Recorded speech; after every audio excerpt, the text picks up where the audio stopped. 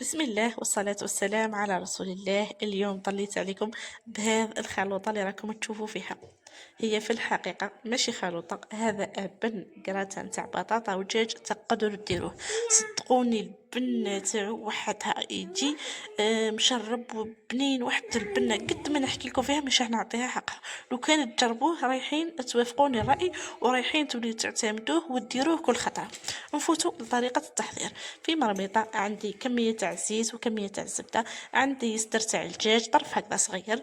رايحه نقليه مليح مليح حتى يحمر يتبدل اللون تاعو هكذا باش يعطيني بنه مليحه. ورايحه نضيف عليه حبه تاع بصله اللي كنت ربيتها في رقيق، فص تاع الثوم. بالنسبه للتوابل عندي ملح وفلفل كحل وتوابل الدجاج. هذا مكان رايحه نزيد نقليهم مليح مليح حتى تذبل البصله هذيك.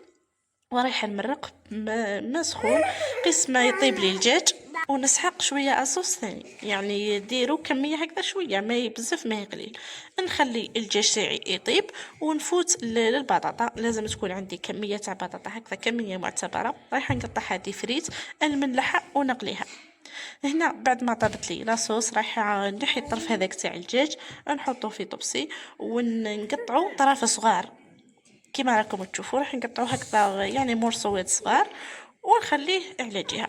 نفوتوا لا بيشاميل. البيشاميل اللي رايحه نديرها نسحقها تجيني ثقيله شويه. في كاسرونه نجيب مغرفه تاع الزبده نذوبها ونضيف عليها مغرفه كبيره معمره تاع الفرينه. نزيد نقلي الفرينه هذيك مليح مليح.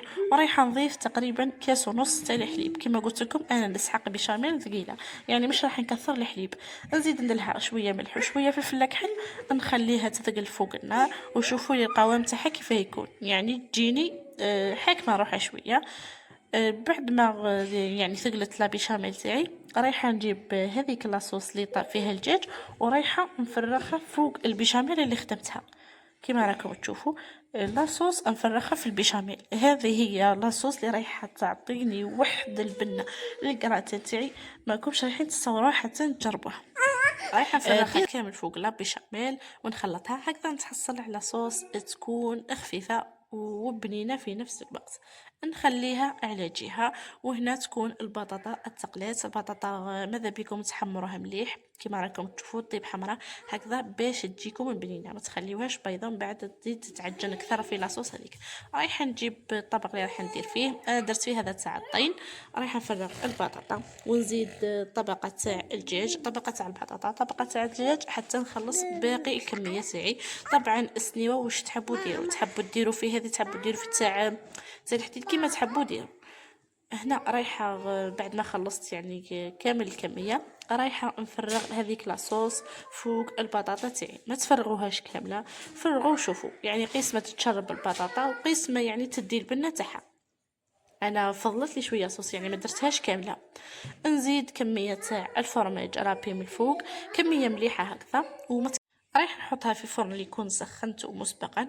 يعني من التحت نطيبها من التحت كي تشرب يعني لاصوص هذيك. وباش نزيد نحمرها من فوق خليها تتقراتينا مليح ونقدمها. صدقوني رايحين تتحصلوا على ألذ كراتان ورايحين تعتمدوه بزاف. وزيد يعني سهل وما فيهش الخدمه بزاف. نتمنى انه تكون عجبتكم الطبق تاع اليوم ولا الخلطه تاع اليوم وديروه يعني على بالي بلي راح يعجبكم. في الاخير نقولكم اتهلا في رواقكم وما تنساوش ديروا لي لايك وابوني وتفعلوا زر الجرس هكذا باش يلحقكم كل الجديد. الى فرصة اخرى ان شاء الله. سلام.